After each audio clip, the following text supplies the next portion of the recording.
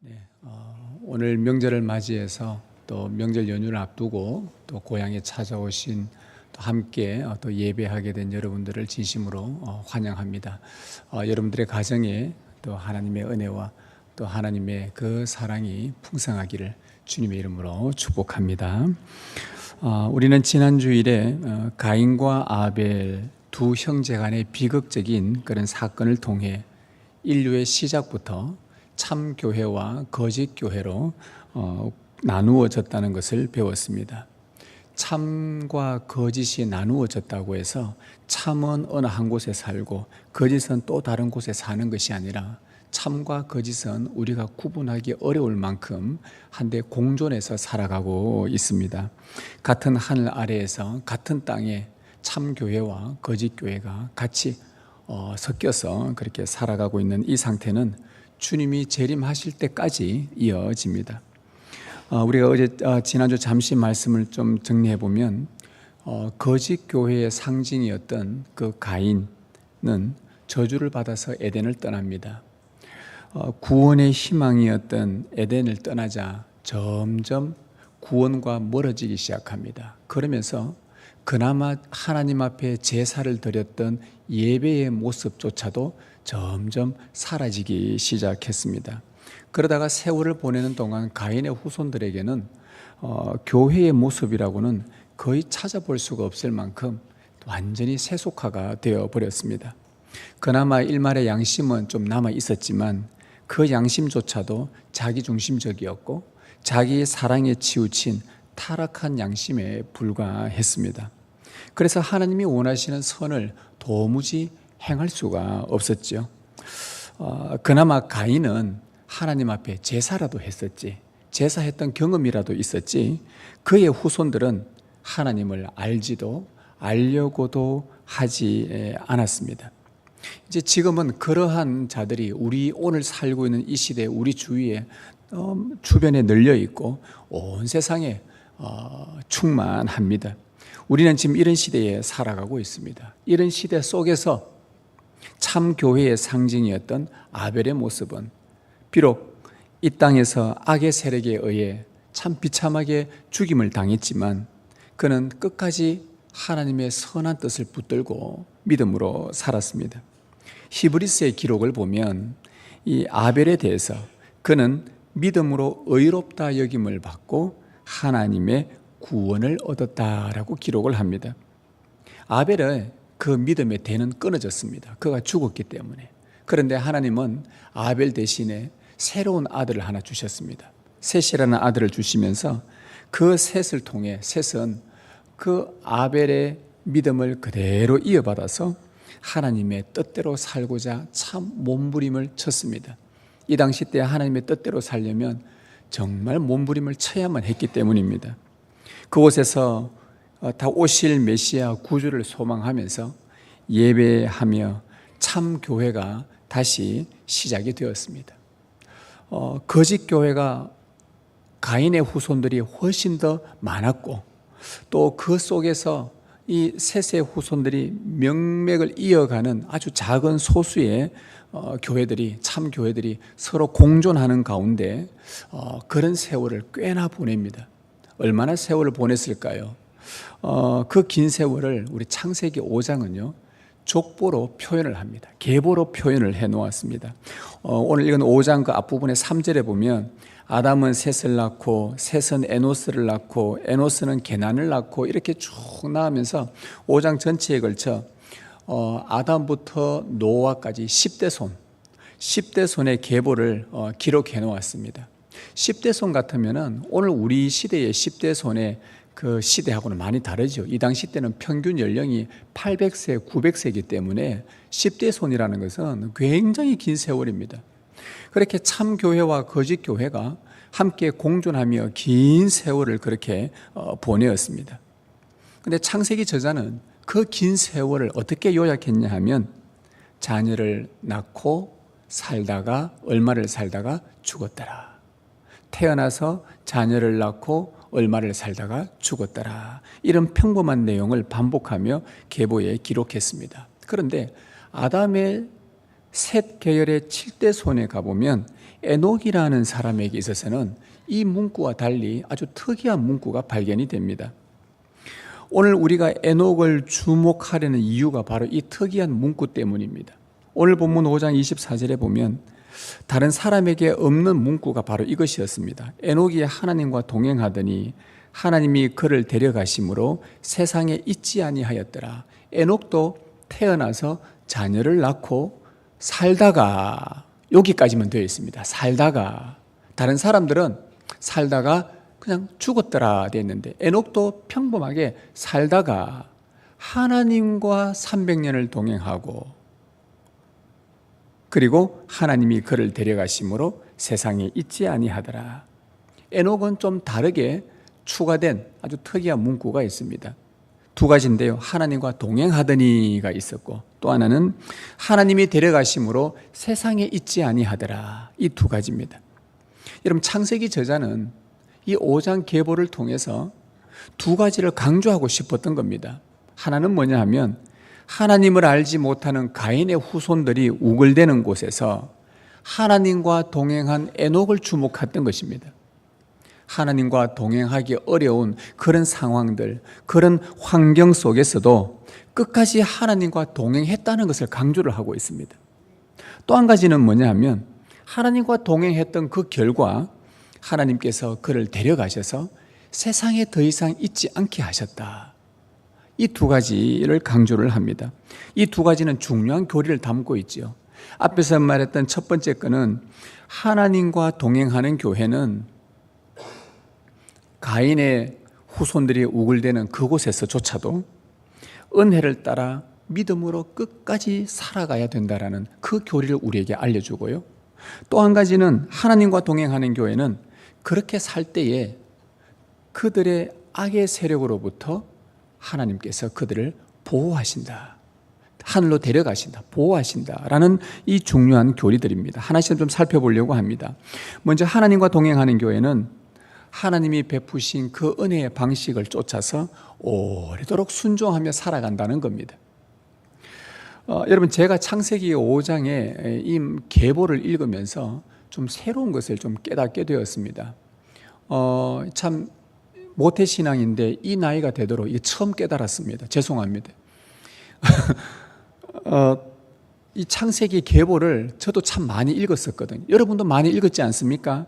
의미 없이 사람 이름만 자꾸 나오니까 누가 낳고 살다가 죽었다라 낳고 그냥 쉽게 넘어갔을 겁니다. 그리고 창세기는 특히 우리가 참 많이도 읽었던 책입니다. 다른 성경에 비해서 원래 내가 성경 통독을 한번 해봐야 되겠다 하면 창세기부터 항상 읽습니다. 읽다가 어느 시점 가면은 어느 날 보니까 내가 성경을 안 읽고 있어요. 그러다가 세월이 지나서 아이고야 내 이러면 안 되는데 해서 또 다시 마음 먹고 성경 읽자 하면 또 뭐 신약 읽어볼까 하면 또 마태복음 읽는데 또 족보가 나와요. 또 사람 이름 좀 읽다 또 읽다가 그래서 아마 우리 인생에 가장 많이 읽은 성경은 창세기와 마태복음이지 않을까라는 그런 생각이 듭니다. 저도 창세기를 참 많이 읽었는데 읽으면서 이 5장의 계보를 읽을 때마다 그냥 이렇게 쉽게 넘기다가 에녹 부분 하나님과 동행, 그래 내가 동행해야지 그래서 이런 생각을 했는데 이번에는 이 말씀을 보면서 제가 새로운 거 하나 깨닫게 된 게 뭐냐 하면 믿음의 대를 잇는다는 것은 정말 어려운 일이라는 것을 제가 깨닫게 되었습니다. 믿음의 대를 이어가는 것이 이토록 어렵구나, 쉽지 않구나라는 것을 알게 되었습니다. 여러분, 하나님의 아담에게 죽은 아벨 대신 주신 아들 셋, 그리고 셋의 아들까지는요, 그래도 하나님 앞에 제단을 쌓고 여호와의 이름을 부르며 예배를 했다라고 기록이 되어져 있습니다. 그리고 나서 이렇게 아담부터 7대 손 에녹에 이르기까지 보면 그냥 태어나서 누굴 낳고 살고 죽었더라라는 이러한 문구만 반복이 됩니다. 근데 에녹에 와서야 7대 손 에녹에 와서야 하나님과 동행했더라라는 구절이 처음으로 등장합니다. 여러분, 에녹에게만 하나님과 동행했더라라는 이 특별한 문구가 추가된 것을 볼 때에 유추해 보건대, 기록은 없지만 우리가 유추해 보건대 아마 에녹 이전, 셋과 그 사이에 에녹이 오기 이전 사이에 그 세대들이 주위에 가인이 득실되는 그런 환경 속에서 믿음이 좀 요동하지 않았나라는 그런 생각을 해보게 됩니다. 아까 말씀드린 것처럼 셋과 에녹 사이가 6대손인데 말이 6대손이지 세월이 어마어마합니다. 한 인생에 800년, 900년을 살았기 때문에 굉장히 긴 세월 속에 많은 가인의 후손들이 태어났고 셋의 후손들도 많이 태어난 그런 상태에서 셋의 후손들은 태어나니까 부모님이 제단을 쌓는 것을 본 거예요. 아, 제단을 쌓는 거구나. 아, 하나님 앞에 예배를 하는 거구나. 그래서 이들은 부모에 의해 제단은 쌓았습니다. 그런데 오늘날로 말하면 교회는 나갔습니다. 그러나 하나님과 동행하는 삶은 기록에 남아있지가 않습니다. 에녹에 와서야만 하나님과 동행하였더라라고 나옵니다. 여러분, 교회 출석하는 것과 하나님과 동행하는 것은 별개입니다. 하나님과 동행하는 사람은 교회에 예배를 드립니다. 그런데 예배를 드린다고 해서 모두가 다 하나님과 동행하는 것은 아닙니다. 의외로 교회를 다니지만 하나님과 동행하지 않는 삶이 생각보다 많습니다. 허다합니다. 오늘 본문 배경을 제가 보면서 왜 이렇게 교회는 다니는데 하나님과 동행하는 삶이 왜 이렇게 힘들까? 왜 이게 점점 희미해질까라고 본문을 계속 보는 가운데에 오늘 보면서 그 배경을 하나 좀 발견을 하게 되었습니다. 이유가 뭘까? 왜 우리가 교회는 나오는데 우리의 세대들, 우리의 다음 세대, 자녀 세대, 3대, 4대, 5대 갈수록 하나님과 동행하는 삶은 왜 점점 자꾸 약해질까? 그 이유를 찾다 보니까 우리 주위에 하나님을 모르고 사는 가인의 이 세대들의 그 강한 힘, 세상을 압도하는 힘, 그 문화의 힘, 기술의 힘, 이런 가인의 세대가 만들어 놓은 이 문화에 너무 강력해서 거기에 쉽게 동화되다 보니까 하나님과 동행하는 삶이 굉장히 미약해졌다는 것을 알게 되었습니다. 여러분, 당시 가인의 후손들이 몰두했던 삶이 세 가지 방식이 있었습니다. 이것은 오늘 우리 시대도 마찬가지고 그 당시 때도 인간이 사는 세대를 거의 대부분 주도하는 이 시대입니다. 가인이 어떤 것을 몰두했냐 하면은 그걸 제가 한번 예를 들어 보겠습니다. 그 성경에 앞장에 4장 17절에 보면, 창세기 4장 17절에 보면 아내와 동침함에, 저 가인이 아내와 동침을 했는데 그가 임신하여 에녹을 낳은지, 여기서 에녹은 오늘 본문에 나오는 에녹과 다른 에녹입니다. 동명이인입니다. 그 가인이 성을 쌓고 그의 아들의 이름으로 성을 이름하여 에녹이라 하니라. 이 당시 때 가인의 후손들이 만들어낸 첫 번째 문화는 뭐냐 하면은 자기가 자기를 보호하는, 제가 지난주에 잠시 짧게 말씀드렸죠. 자기 성을 쌓고 자기가 자기를 만들어가고 자기 개발하고 자기를 세워가는, 자기를 보호해야 되는, 스스로가 자기를 보호하는 그런 문화가 그 속에 가득했습니다. 어느 누구도 자기를 보호해주지 않을 것 같다라는 두려움 때문에 찾아온 것이죠. 그래서 더 높은 성을 쌓고, 저 사람이 5층을 쌓았으면 나는 10층의 탑을 쌓고, 어떤 사람이 20층 쌓으면 나는 30층을 쌓고, 저 사람이 이만큼의 스펙을 쌓았으면 나는 이보다 더 많은 스펙을 쌓아야만이 내가 이 사회를 내가 들어가 살아갈 수 있으니까. 그래서 거기에 목숨을 건 겁니다. 그렇게라도 자기를 보호해야 하기 때문이었죠. 이 당시 가인의 후손들의 삶의 방식이 바로 이와 같았습니다. 자기를 보호했던 삶이죠. 그리고 또 하나, 4장 20절에서 22절에 보면 가축을 치는 자의 조상, 수금과 퉁소를 잡는 자, 모든 자의 조상, 여러 기구를 만드는 조상이라고 되어 있습니다. 가인의 후손들이 했던 두 번째는요, 가축. 여러분, 이 당시 때 가축이라는 것은 먹거리였습니다. 그리고 가축이 많다는 것은 그 집의 재산을 상징합니다. 먹거리가 많고 재산이 많다. 그러면 종을 부릴 수가 있고 세력이 있고, 그걸 의미합니다. 그리고 악기를 만들고 기구를 만들고 여러 가지 오늘날로 말하면 과학 기술들을 개발시키고 발전시켰다는 겁니다. 즉 다시 말하면 가인의 후손들은 각 인간이 사는 영역의 문화를 선도하고 주도를 했습니다. 먹거리와 돈과 과학과 기술을 주도하면서, 여러분, 이걸 딱 가지고 있고 이것을 주도하게 되면 그 사람은 세상의 영웅이 됩니다. 그렇지 않습니까? 돈이 있습니다. 먹거리가 있습니다. 과학이 있습니다. 기술이 있습니다. 이 중에 한 개만 갖고 있어도요, 세상에서 괜찮게 삽니다. 그런데 이걸 가지고 있는 그 가인의 문화 속에서는 그 시대의 영웅이 됩니다. 많은 사람들이 이 사람들을 찾아옵니다. 뭐라도 하나 얻을 게 있는가 싶어서, 뭐라도 하면 도움을 얻고 싶어서 사람들이 자기에게 모여듭니다. 사람들은, 우리가 알듯이 사람들은 대세를 따르거든요. 좁은 길을 따르지 않고 넓은 길을 따릅니다. 주님이 말씀하신 것처럼 어디가 힘이 있는가, 어디가 더 강한가, 눈치를 끊임없이 보다가 어느 편에 내가 서야지 내가 살 수 있겠다, 이 사회에서 버티고 먹고 살 수 있겠구나.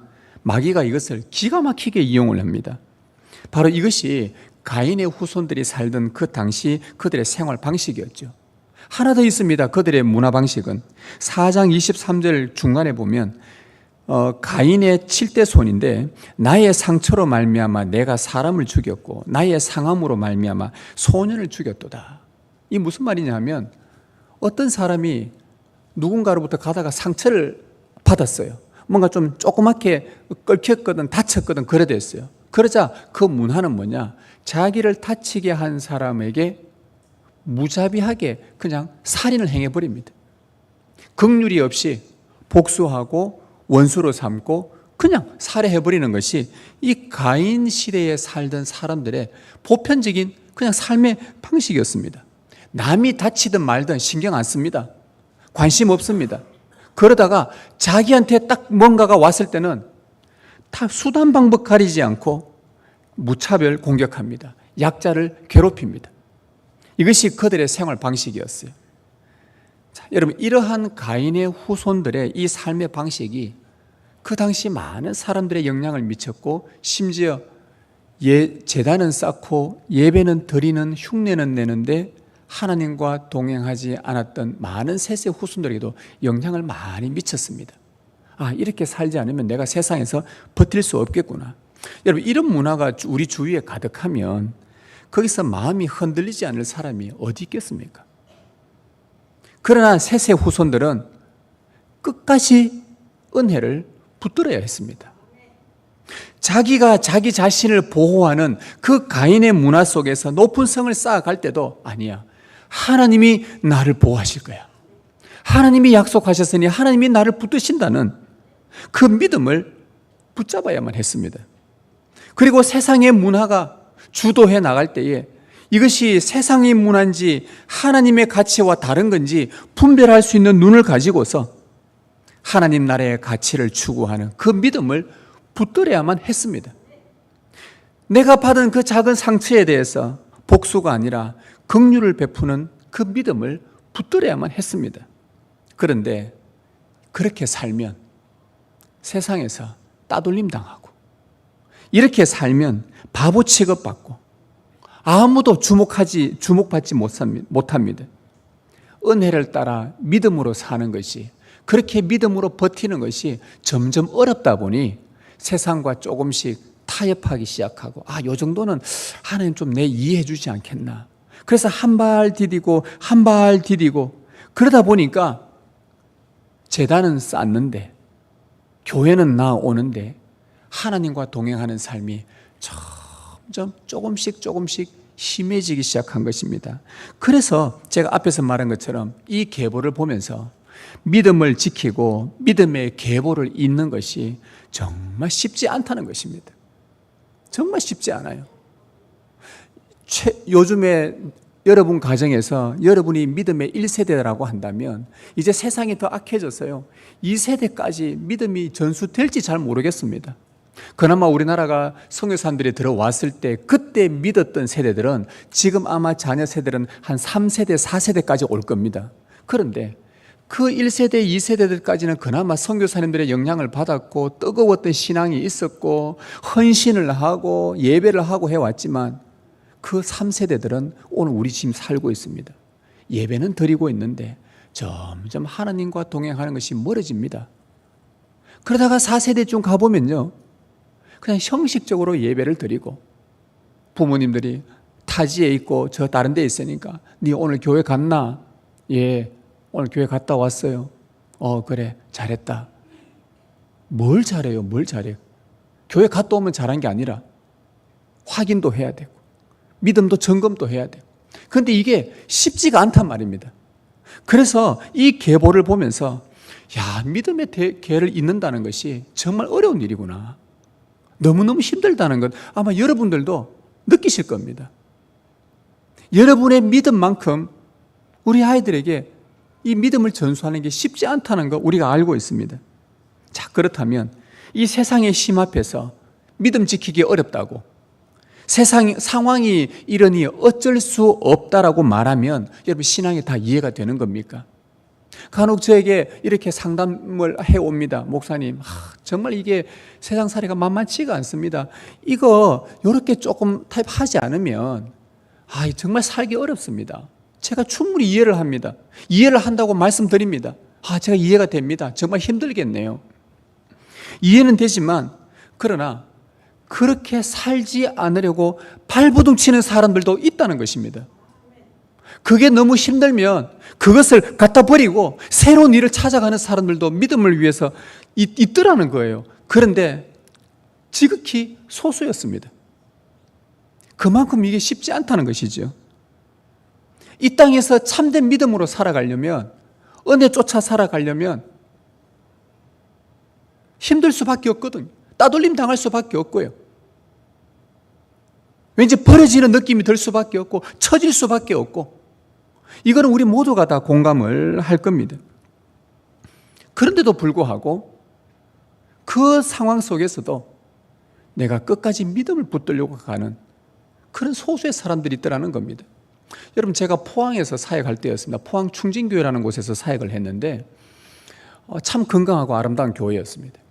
그런데 저희 교회가, 포항 충진교회가 위치해 있는 곳 보면은 그 큰 도로가 있고, 예전에는 산밖에 없었던 교회인데 교회가 딱 지고 나니까 여기가 길이 나고 신도시가 발전이 되었어요. 그런데 그 교회 뒤편에는 지곡이라는 곳이 있습니다. 여러분, 지곡하면은 느낌이 잘 안 오지요. 포항 사람들 지곡하면 첫 마디가 오 이럽니다.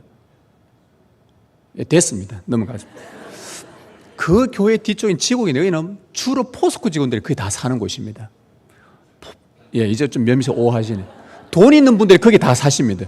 한마디로 말하면. 근데 교회 그 맞은편 큰 도로를 그 지곡을 넘어오면 여기 바로 맞은편에 동네 이름이 이동입니다. 동이 이동이에요. 그래서 여기는 좀 신도시가 발전되어 있었습니다. 그리고 요 이동을 고기를 하나 딱 넘어가면 기껏 해봤자 버스가 2코스밖에 안 됩니다. 딱 넘어가면 양학동이라고 있습니다. 저희는 교회는 여기 있었지만 사택이 여기 있어서 저희들은 양학동에 살았습니다. 느낌이 무슨 느낌인지 아시겠습니까? 짠, 짠, 짠. 이런 분위기입니다. 그런데 문제는 요 초등학교 안에 지국의 아이들도 학교를 다니고 이동 아이들도 여기 다니고 양학동의 아이들이 소수가 좀 있었습니다. 자, 여기에 우리 아이들도 여기 있었으니까요. 그런데 초등학교 2학년 9살 되는 아이, 만으로 7세밖에 안 되는 아이들이 학교 교실에서 편을 가르기 시작하면 네 어디 사노입니다. 첫 번째, 네 어디 사노입니다. 내 지곡 산다 하면은 오 하면서 걔들이 뭘 안다고 지곡을, 그 어린애들이. 니는 어디 사노? 이동 산다니까. 나도 이동인데. 니는 어디 사노? 양학동. 그들도 보지도 않습니다. 따돌립니다. 걔네들이 수준이라는 걸 뭘 알겠어요? 부모의 수준이 자기들의 수준이 되어서. 그런데 여러분, 여기서 더 큰 문제가 뭐냐? 우리 교회 집사님들이요. 제가 그때 이제 신방을 하는 가운데 이 시간에 기도 제목을 내는데, 기도 제목이 뭐냐? 기도 제목이 양학동에 사시는 집사님 한 분이, 목사님, 저 이동으로 이사를 갈까요? 말까요? 했어요. 그래서 제가, 아니, 이사를 갈 수 있으면 가시면 되지요. 형편 안 되면 못 가고. 근데 속내는 그게 아니었습니다. 우리 아이가 학교에서 따돌림 당한다는 거예요. 따돌림 당한다는 거예요. 양학동에 산다는 이유로. 그래서 부모의 마음이, 내 아이가 따돌림 당하니까, 그러니까 제가 전학 가실래요? 하니까 그건 또 용기가 안 난대. 그러니까 제가 그때 주장했던 거, 홈스쿨링 해보세요. 학교 보내지 말고 차라리 하니까, 그거는 제가 자신이 없다는. 그러면은 다녀야지. 이사를 갈까요 말까요 물었어요. 이게 집사님의 한 분의 이야기일 것 같습니까? 아니에요. 여러분, 제가 묻겠습니다. 우리 아이가 따돌림을 당합니다. 학교에서. 여러 가지 경제적인 형편 이유, 사는 것, 옷 입는 옷, 여러 가지들. 그들이 외식하는, 어디서 외식하는가, 이 사람도 어디서 외식하고, 이 사람들은 짜장면집에서 외식을 하고, 이 사람들은 다른 곳에서 외식을 하고, 그 이야기들을 학교에서 주고받으면서 우리 아이에게 따돌림 당합니다. 여러분이 그 자녀의 부모라면 그 아이들에게 무엇을 가르칠 겁니까? 어떻게 가르칠 겁니까? 우리 당장 이사 가자. 남편 쪼아대기 시작하면서 대출 받아서 우리 이사 가자. 까짓거 우리는 기죽고 사나? 그거 가르칠 겁니까? 뭘 가르칠 겁니까? 가인의 후손들의 문화가 우글대는 그 속에서 이것 때문에 마음이 흔들리고 내 아이에게 믿음을 가르쳐 줄 수 없는 부모들이 되어버려서 믿음을 가르쳐 주는 것이 아니라 그 세대 문화에 그냥 동화되어서 따라가려고만 하는, 그런데 그 와중에서도 소수의 사람이 아니다, 우리 아이들 끝까지 붙들자, 하나님이 어떤 분인지를 보여주자, 하나님이 살아계신다는 것을 보여줘보자. 여러분, 그러려고 하다 보니까 부모님들이 얼마나 믿음 앞에 철저해야 되는지, 여러분, 그래서 하나님과 동행하기가 이토록 어려운 겁니다. 자녀들은 부모를 통해서 배우거든요. 교회 어른들을 통해서 믿음의 수준이 결정되거든요. 여러분, 우리 아이들이 신매교회 목사와 장로님들과 집사님들과 권사님들 수준 못 벗어납니다. 그거 더 이상 신앙 절대 안 자랍니다. 잘할 수가 없습니다. 본 것이 요거기 때문에. 그래서 앞선 세대들이 부지런히 하나님을 찾고 은혜를 찾고 하나님께서 나의 피난처가 되신다, 나의 가족과 믿음의 동료들과 함께 하나님께 우리 자신을 온전히 위탁하고 쾌락에 동화되지 않으려고 하나님을 부지런히 찾고 세상에 현혹되지 않으려고 물들지 않으려고 하나님의 약속 갈망하면서 끝까지 예배하면서 이 세월을 오래오래 견뎌나갈 때에 우리의 세대들은 그나마 가인이 우글대는 그 문화 속에서 믿음을 지켜나갈 수 있는 겁니다. 하나님과 동행하는 교회로 설 수 있다는 겁니다.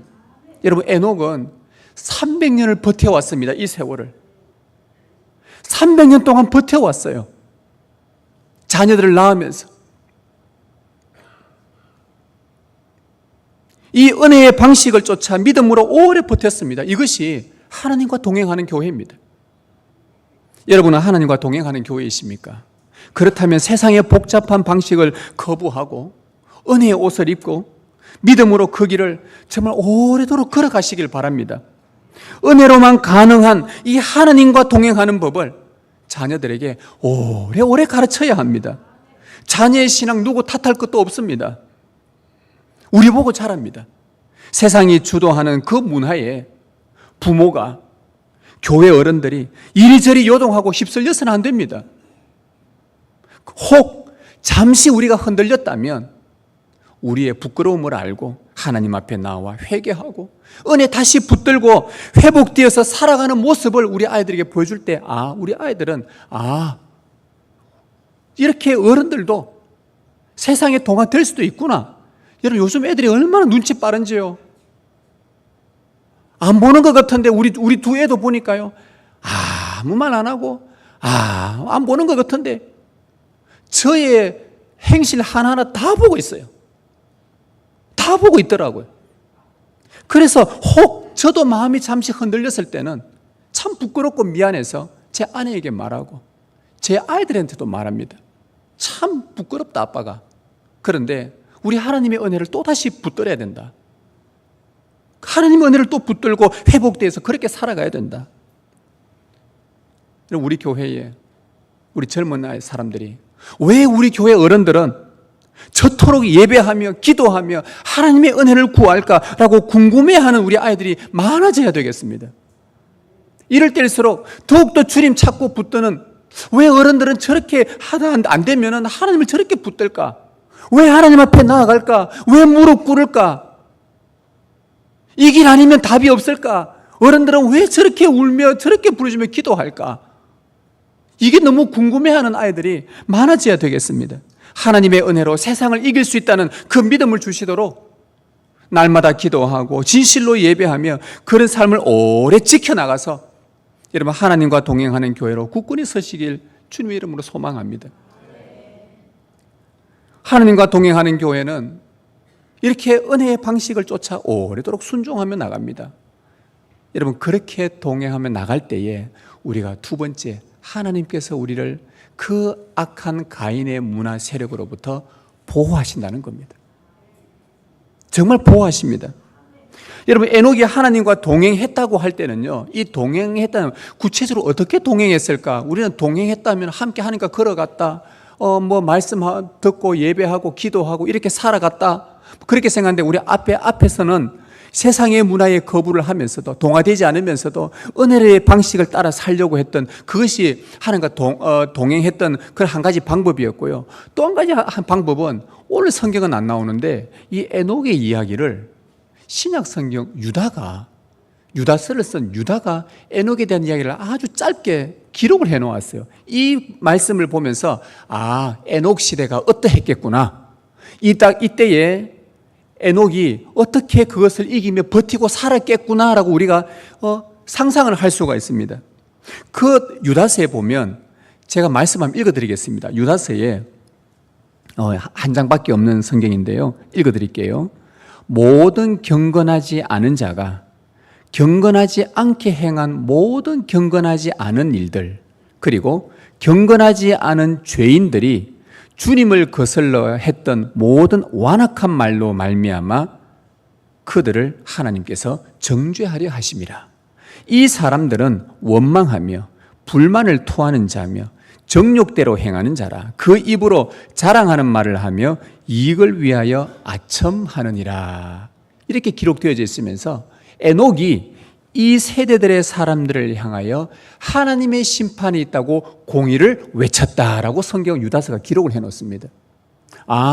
에녹이 살았던 당시에 에녹이 하나님과 동행했다는 것이 어떻게 살았는지를 이 유다서가 우리에게 알려줍니다.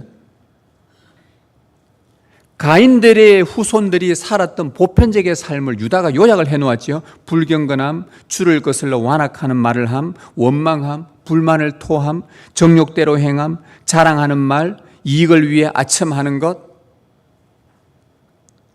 유다는 유다서를 쓰면서 에녹의 시대를 인용을 해온 것입니다.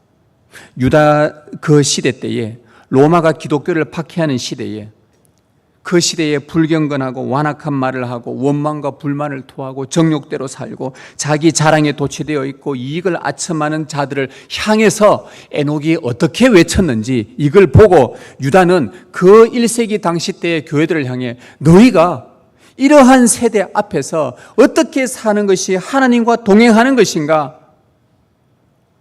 불의에 대해서, 불경건에 대해서 하나님의 공의가 있을 것이라고 외쳐야 한다는 겁니다. 이 말씀에 근거하여 에녹은 하나님과 동행하였더라라고 창세기 저자가 기록을 했습니다. 하나님과 동행이란 게 뭡니까? 에녹을 통해서 우리가 알 수 있는 것은 불경건한 이 불의한 이 시대를 향해 하나님의 공의가 있다고 목소리를 높였던 겁니다. 여러분, 이것은 보통 용기가 아닙니다. 왜 보통 용기가 아니냐?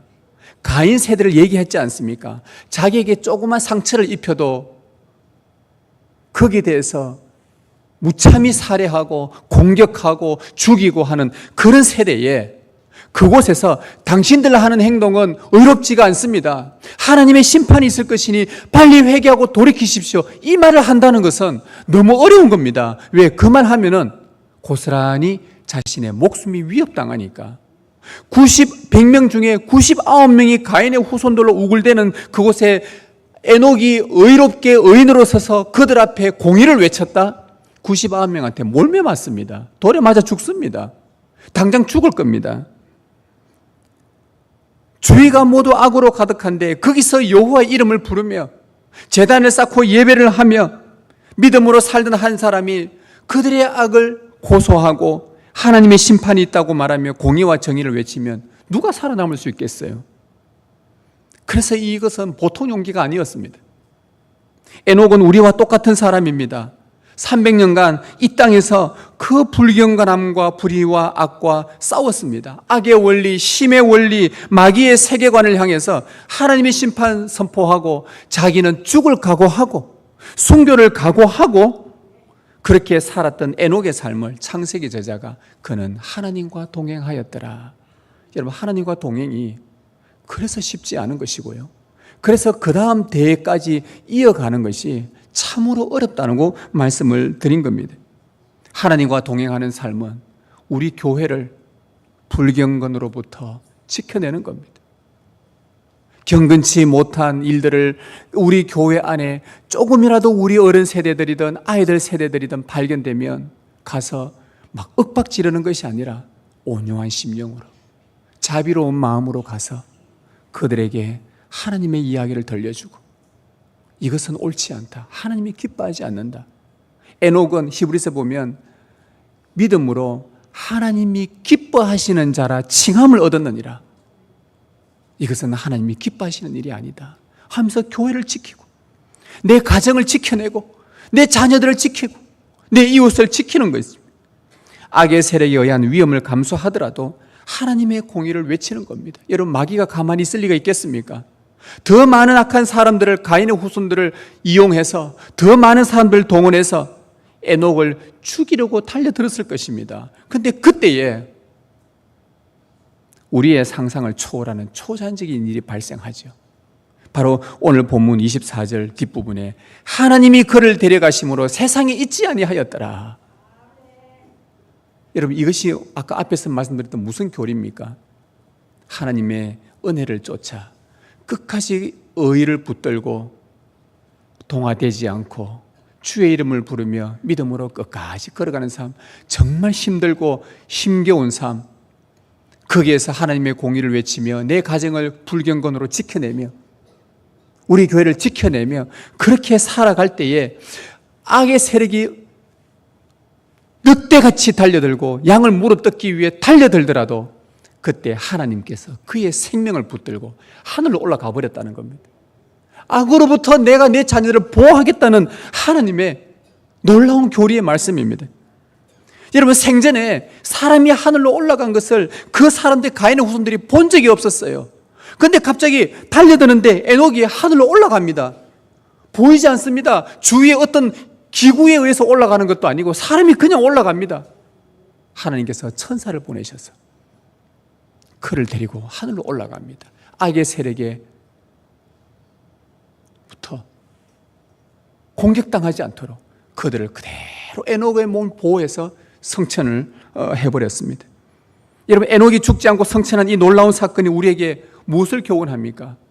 은혜를 쫓아서 하나님 앞에 예배하며 하나님의 뜻을 붙들고 믿음으로 오래 버티고 불경건과 불의와 원망과 불만과 정욕과 아첨에 대항해서 교회를 지켜내고 가정이 휘둘리지 않도록 믿음으로 용기 내어 싸우면 그 영혼은 하나님께서 악의 세력에 버려두지 않고 그 생명을 건져낸다는 말씀이에요.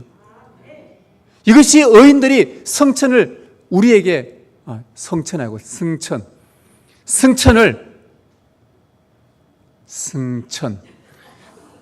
의인들 승천이 우리에게 주는 교훈입니다. 여러분, 히브리서는 에녹은 믿음으로 죽음을 보지 않고 옮겨져 영원한 생명을 얻었다고 해요. 자, 보십시오. 의인은 무엇으로 삽니까? 믿음으로 말미암아 살리라. 하나님께서 그 영혼을 살리지 않습니까? 천만이 나를 둘러쳐도 만인이 나를 둘러쳐도 내가 그 재앙을 두려워하지 아니하리로다. 시편의 기자가 고백했습니다. 믿음으로, 의인은 믿음으로 삽니다. 믿음으로 영생을 얻습니다. 본래 하나님은 인간을 영생하도록 만드셨습니다. 그래서 인간 하면은 그 정체성이 생명, 영생입니다. 인간은 죽기 위해 태어난 것이 아니라 살기 위해 태어났습니다. 세상 사람도 모르죠. 사람이 태어난 이유는 어느 시인도 썼습니다. 사람이 태어난 것은 죽기 위해서 태어났다. 아니요. 성경은 거부합니다. 성경은 사람은 영원히 살도록 하나님이 만드셨다고 했습니다. 그러면 이미 우리가 죽게 된, 죄로 죽게 된 이 인생 어떻게 영원히 살 것인가? 하나님과 동행하는 것만이 영원히 사는 비결입니다. 은혜를 쫓아서 믿음으로 하나님과 오래 사는 것, 함께 걷는 것, 동행하는 것, 그것이 죽음의 사슬을 끊고 저주의 사슬을 푸는 유일한 구원의 열쇠입니다. 에녹이 죽지 않고 하늘로 올라간 것, 우리 의인들의 부활을 예고한 것입니다. 의인은 악의 세상에 버려지지 않습니다. 반드시 하나님이 데려가신다는 확실한 교리입니다. 에녹에 살던 당시 사람들이 800세, 900세 사는 그때에 에녹은 365세 살았습니다. 오늘날로 말하면 3분의 1밖에 살지 않았어요. 100세 시대에 30대에 죽었다는 말입니다. 30대에 3분의 1만 살았다는 거예요. 이 땅에서 건강하게 오래 사는 것, 우리 너무나 다 바라는 바입니다. 저도 바랍니다. 아프면서 오래 사는 거 좋지 않잖아요. 건강하게 오래 살고 싶어서 좋은 것도 먹어보고 운동도 하고 어떻게 해서든지 건강하게 오래 살려고. 근데 이거는요, 세상 사람들도 바라는 바입니다. 그런데 우리 믿는 사람들이 바라는 바는요, 더 중요한 것은 삶의 질입니다. 짧게 살더라도 하나님과 동행하며 살 것인가, 건강하게 평안하게 길게 살면서 하나님과 동행하면서 살지 못할 것인가. 여러분, 짧더라도 하나님과 함께 동행하며 사는 이 삶이 하나님께서 기뻐하시는 삶이고 우리의 후에 장래에 영생이 약속되는 것이고요. 우리 예수님은 자기 백성의 구원을 위해 이 땅에 오셔서 오래 순종하셨습니다. 오래 순종하셨습니다. 모진 고통과 매와 채찍에도 끝까지 십자가 지셨습니다. 십자가는 죄를 못 박는 상징입니다. 그분은 십자가에 자기를 죽이심으로 자기 백성의 죄를 못 박았고 우리의 불경건을 그곳에 못 박아버렸고 우리의 불의를 못 박아버렸고 과거에 지은 죄, 지금 짓고 있는 죄, 앞으로도 지을 죄, 우리의 손자들이 자녀들이 태어나서 그들이 지을 죄까지 모두 다 감당해서 십자가에 주님이 다 못 박아버렸습니다. 의를 위해 죽었습니다. 그런데 주님이 그렇게 죽었을 때에 어떤 일이 벌어집니까? 하나님께서 에녹을 데려가신 것처럼 예수님을, 독생자 그분을 죽은 자 가운데서 일으켜서 모든 사람이 보는 앞에서 일으키셔가지고 영원한 하늘로 하나님이 그분을 들이셨습니다. 이것이 우리의 부활입니다. 이것이 우리의 부활입니다. 불경건과 불의를 십자가로 맞서 싸우신 예수님은 하나님 아버지와 오래 동행하신 참 교회의 모습이죠. 성도 여러분, 하나님과 동행하는 이 길을 우리가 함께 걸어가길 바랍니다. 혼자 걸어가기 어렵습니다. 그래서 부부가 같이 손잡고 걸어가야 되고, 그리고 자녀 함께 걸어가고, 옆에 있는 우리 지체 집사님들과 권사님, 장로님들과 함께 손잡고 같이 걸어가는 겁니다. 힘들어도 같이 걸어가는 겁니다. 가인의 후손들, 세상의 문화를 주도하며 하나님을 부인하고 자기 왕국을 끊임없이 세우며 뻗어가는 그 세상 앞에서 여러분 조금도 부러워하지 마십시오. 그것에 속하지 않아서 내가 따돌림 당할 수도 있고 위협당할 수도 있고 어려움 당한다 하더라도 두려워하지 마십시오. 하나님은 그곳에서 우리의 길을 빼내셔서 다른 길을 선택하더라도, 다른 길을 가게 하서라도 우리를 먹이시고 입히시고 재우시고 우리의 살 길을 인도하십니다. 세상이 견고해 보이는 그 어떤 것도, 왠지 세상에서 영원할 것만 같다 생각하는 그 어떤 것도 우리 주님 다시 오시면 다 풀과 같고 풀의 꽃과 같아 다 허물어지고 사라지고 말 것입니다. 그것 붙들고 사는 것이 우리의 인생이 아닙니다. 세상이 우리를 어떻게 미혹하든 여러분이 있는 그 자리에서 변함없이 여호와의 이름을 부르십시오. 그 자리에서 하나님의 이름을 부르며 예배하십시오. 은혜를 또 사모하십시오. 믿음으로 오래오래 버티십시오. 우리 자신이 불의와 불경건에 물들지 않도록 여러분 치열하게 싸워 가십시오. 그래서 진리를 파수하는 교회가 되길 바랍니다. 힘든 것 압니다. 힘든 것 압니다. 그러나 우리가 주님의 약속을 붙들고 살아가는 것이, 에녹 당시 때에 많은 사람들이 그냥 살다가 태어나고 살다가 죽었더라의 그와 의미와 다른 하나님과 동행했더라. 그 삶이 여러분의 삶이 되기를 소망합니다. 우리 주님 다시 오셔서 우리를 악의 세상에 버려두지 아니하시고 영원한 나라로 인도하실 그날까지 은혜를 따라 믿음의 용사가 되시길 주님의 이름으로 축복합니다.